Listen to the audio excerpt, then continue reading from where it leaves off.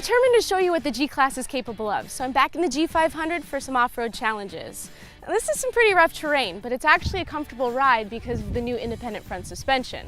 While we still have the solid rear axle, the front now works independently from each other, making it very smooth. We now have a ground clearance of 27 centimeters and an approach angle of 31 degrees, meaning that mastering an incline of 45 degrees, no problem. All right, I'm shifting into neutral so I can actually activate the low range. That'll give us a gear ratio reduction of 1 to 3, meaning that we have 1/3 the speed, yet 3 times the torque. So our wheels are going to be turning much, much slower. We have a shorter transmission ratio, which means that we're just going to have much more control at slower speeds.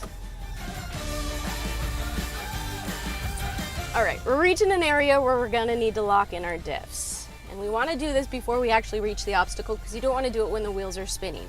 And if we do, it's a maximum of walking speed, and that's it. Now we have 3 differentials to choose from. First, we gotta lock the center diff. That's gonna send the power to both the front and the rear axles. And then we have the rear differential lock. That's gonna send the power to the left and to the right at the same time.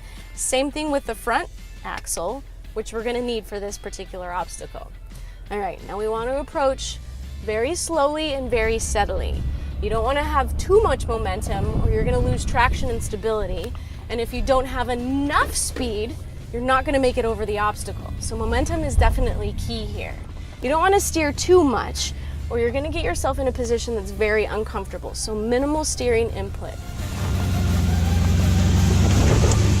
Okay, now before approaching the top, what's cool about this car is you can use the camera surround so you can actually see what's up there instead of just looking at the sky. All right, now we've made it over the obstacle, everything is good. And I like to unlock my front diffs because what's happening is that when you make a turn, normally, you have a tighter turn on the inside and a longer turn on the outside. So when you lock the diffs, they're turning at the same, so it makes it a little bit complicated. So I just like to disengage them. Are you ready for the descent? Because this is pretty cool. The G-Class can drive down unwalkable hills nice and smooth.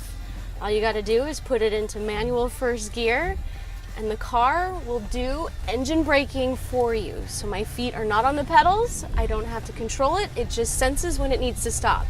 If you feel a little uncomfortable and need to slow down more, you can always put your foot on the brake pedal and create a nice braking wedge and work on your own speed, just like so.